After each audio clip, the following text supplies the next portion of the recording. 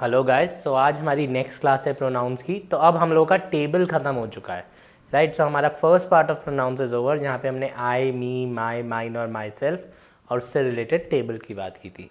आज हम कुछ स्पेसिफिक प्रोनाउन से शुरू करेंगे। तो सबसे पहला जो हमारा प्रोनाउन है that is who, whom and whose. अब अगर आपको याद होगा तो ये बिल्कुल उसी तरह से काम करेगा जिस तरह से आई, मी और माई काम करता है। तो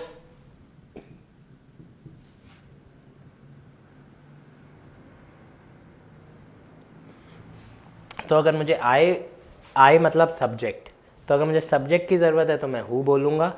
अगर मुझे ऑब्जेक्ट की ज़रूरत है तो मैं हुम बोलूँगा। और अगर मुझे पोजेशन, ओनरशिप की ज़रूरत है तो मैं हुज बोलूँगा। बट द पॉइंट इज़ ये केवल ह्यूमंस के लिए यूज़ हो सकता है, ये नॉन लिविंग थिंग्स के लिए यूज़ नहीं हो सकता और एनिमल्स के लिए यूज़ नहीं हो सकता। सो अब हम क्वेश्चंस की बात नहीं कर रहे हैं, हम बात कर रहे हैं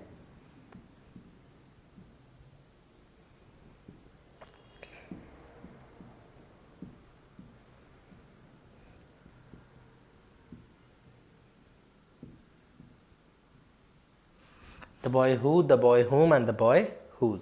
सो अब इसके आगे कैसा सेंटेंस आएगा? यहाँ तक तो हमारा मीनिंग क्या हो गया, जो लड़का, राइट। तो हु क्या है, सब्जेक्ट है। तो अगर ये लड़का कोई एक्शन करेगा, if this boy is the subject of the sentence, हमारा सेंटेंस क्या होगा, होगा। If this boy is not the subject, अगर this boy is not doing anything, इसके साथ कुछ हो रहा है, देन हमारा क्वेश्चन हुम होगा। And if this boy has something, अगर हम इस लड़के की बात ही नहीं कर रहे हैं, इसकी किसी चीज़ की बात कर रहे हैं, तो हम हुज लगाएंगे। करके देख लेते हैं।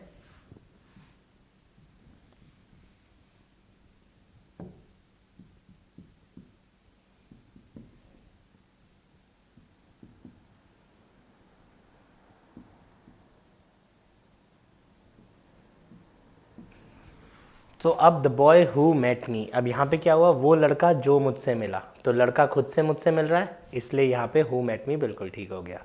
द बॉय हुम आई मेट, वो लड़का जिससे मैं मिला। तो जिससे मैं मिला, अब आप कुछ नहीं कर रहे हैं, आपके साथ, इस लड़के के साथ कुछ हो रहा है, इसलिए हुम आ गया। एंड हुज इज, जब हम इस लड़के की किसी चीज़ की बात करते हैं, जैसे अब लड़के की बात ही नहीं हो रही है, उसकी गाड़ी की बात हो रही है। अब इन दोनों में गाइस कई बार बच्चे रटते भी हैं। अगर आपने रटना है तो आप रट सकते हैं। अगर यहाँ पे नाउन या प्रोनाउन है तो उससे पहले हु नहीं आता, ठीक है। But I would still suggest कि इंग्लिश समझना शुरू करिए, क्योंकि क्वेश्चन कितना कंफ्यूजिंग आ जाए मुझे फ़र्क नहीं पड़ेगा, राइट। सो बहुत सारे बच्चे याद करके जाते हैं कि यहाँ पे आए आ गया तो यहाँ पे हु नहीं आएगा, हुम आएगा। But let's not stick to this, because हमें काफ़ी जगह इससे प्रॉब्लम होती है जब हम रट के जाना शुरू करते हैं। तो इट्स बेटर कि मैं समझना शुरू करूँ। सो अगर बॉय सब्जेक्ट है तो हु लगाइए, अगर बॉय ऑब्जेक्ट है तो हुम लगाइए, और अगर लड़के की किसी चीज़ की बात हो रही है तो हुज लगाइए। तो ये हो गया हमारा part 1, who, whom and whose. अब इससे आगे बढ़ते हैं। तो जब मैं हु, हुम, हुज की जगह विच लगाता हूँ,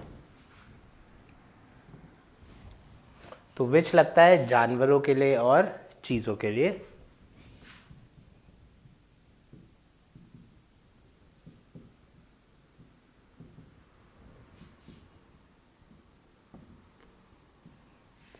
सो विच के साथ अच्छी बात क्या है कि आपको सब्जेक्ट ऑब्जेक्ट फ़र्क नहीं पड़ता, विच तीनों में लगेगा। सब्जेक्ट के लिए भी विच, ऑब्जेक्ट के लिए भी विच और पोजेशन के लिए भी विच। The only thing is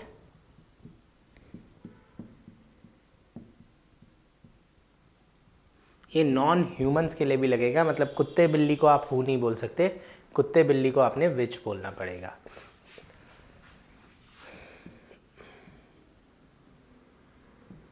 so guys, जब हमें विच की बात करते हैं तो सब्जेक्ट में भी विच, ऑब्जेक्ट में भी विच और पोजेशन में भी विच।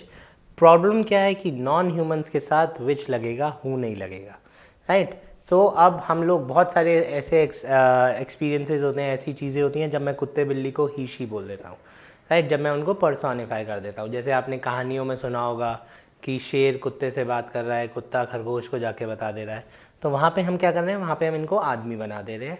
दूसरा केस क्या है, अगर मेरा पालतू कुत्ता है, मैं उसे घर फैमिली मेम्बर मान के चलता हूँ, तो मैं बिल्कुल हु लगा सकता हूँ, ही लगा सकता हूँ, लेकिन एग्जामिनर को इन चीज़ों से फ़र्क नहीं पड़ता। तो हु और हुम, तो विच आता है कुत्ते बिल्ली के लिए फर्स्ट थिंग। अगर हम उनको हु और हुम की जगह यूज़ कर रहे हैं तो मैं, मतलब विच लगाऊंगा, हु और हुम नहीं लगाऊंगा। पॉइंट 1 वेरी इंपॉर्टेंट पॉइंट, ये गलत ये सही। अब जब हम मूव कर जाते हैं हुज और विच पे, तो ये विच ये वाले पोर्शन में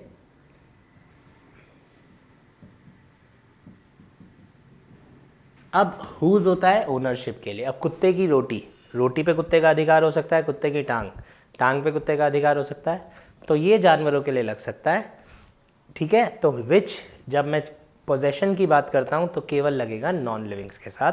for example the table whose leg is broken. अब क्योंकि टेबल की बात हो रही है, नॉन लिविंग थिंग है, तो हुज तो गलत हो गया। अब जब मैं बच्चों से नॉर्मली पूछता हूं कि इसका सही वर्जन क्या होगा, तो 10 में से 9 बच्चे मेरे को बताते हैं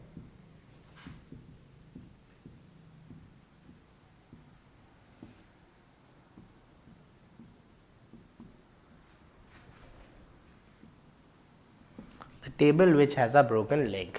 बिल्कुल सही है, स्पोकन इंग्लिश में भी ऐसे ही बोलते हैं, एग्जाम्स में भी ऐसे बोलेंगे तो बिल्कुल ठीक है। लेकिन हम एक दूसरी प्रॉब्लम क्या फेस करते हैं एग्जाम्स में, कि हमारे सेंटेंसेस डिवाइड होते हैं 3 या 4 पार्ट्स में।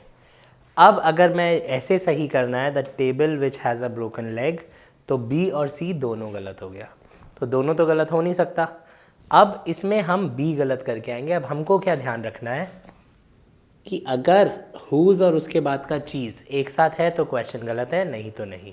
इसको सही, अब एग्जाम में हमारे को क्या देखना है,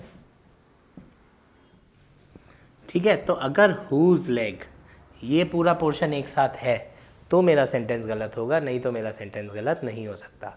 सो अगर एग्जामिनर हुज और लेग को अलग अलग कर देगा तो मुझे नो एरर करके आना पड़ेगा, क्योंकि मैं इस सेंटेंस को ठीक ही नहीं कर सकता। अगर उसने पूरा लिखा हुआ है एक साथ तो कोई प्रॉब्लम नहीं है, तो बहुत आसान हो गया।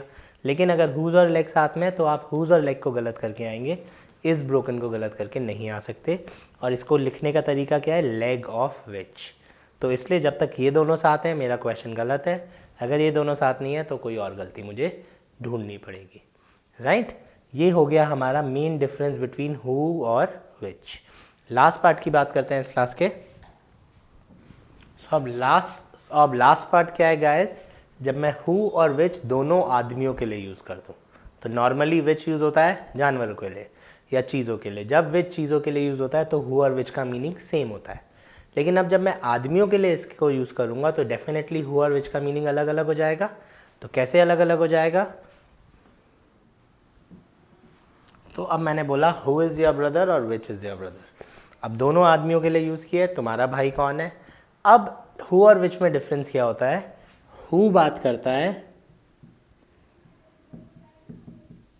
आइडेंटिटी की और विच बात करता है चॉइस की, चूज करने की, ठीक है, या मुझे पता होता है। फॉर एग्जाम्पल अब अगर मैं हु और विच की बात करता हूँ, आपसे गाड़ी चला रहे हैं, आपका चालान हो गया, आपने पुलिस वाले को बोला अंकल ज़रा भैया से बात करना, ठीक है, या आपने, और आप थोड़ा सा दबंग है, आपने कहा पता है मेरे भैया कौन है, तो पुलिस वाला अगर डांटने के मूड में है तो कहेगा हाँ भाई कौन है तेरा भाई। तो वो आपके भाई की क्या जानना चाहता है, आइडेंटिटी की, ऐसा कौन सा बहुत बड़ी तोप है तुम्हारा भाई जो तुम मुझे उसकी धमकी दे रहे हो। तो who is your brother is जब आप अपनी उसकी आइडेंटिटी बता रहे हो, ठीक है। तो तुम्हारा भाई कौन है, मेरा भाई इंजीनियर है, मेरा भाई डॉक्टर है, मेरा भाई नेता है, all that is who is your brother. और विच इज़ योर ब्रदर में क्या होगा, मैं खड़ा हूँ क्लास में आपकी और आपने कहा इन 10 लड़कों में से मेरा एक भाई है, या मुझे पता है कि इन 10 में से एक लड़का जो है वो आपका भाई है, तो मैं चूज़ कर रहा हूँ कि यार इनमें से कौन सा वाला तुम्हारा भाई है, विच इज़ योर ब्रदर, ठीक है। तो अगर मैं आपसे पूछता हूँ हु इज़ योर डैड, तो मैं जानना चाहता हूँ कि आपके डैड की आइडेंटिटी क्या है, वो करते क्या है, उनका प्रोफेशन क्या है, वो डॉक्टर है, इंजीनियर है, समथिंग लाइक दैट।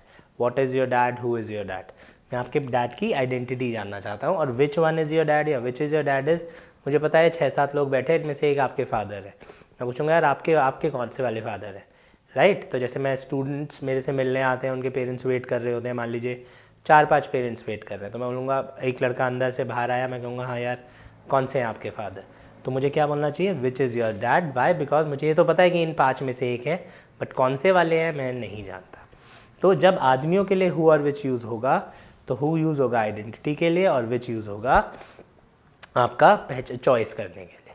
सो ये हमारा हु और विच हुआ। कल वाली नेक्स्ट क्लास जो होगी that would be a very important class, जब हम हु और विच को कंपेयर करेंगे दैट के साथ। चलिए, thank you guys. Thanks for watching the video. If you found this video helpful, press the like button, subscribe to our channel and ring that bell icon so that you can get notified every time we upload a new lesson.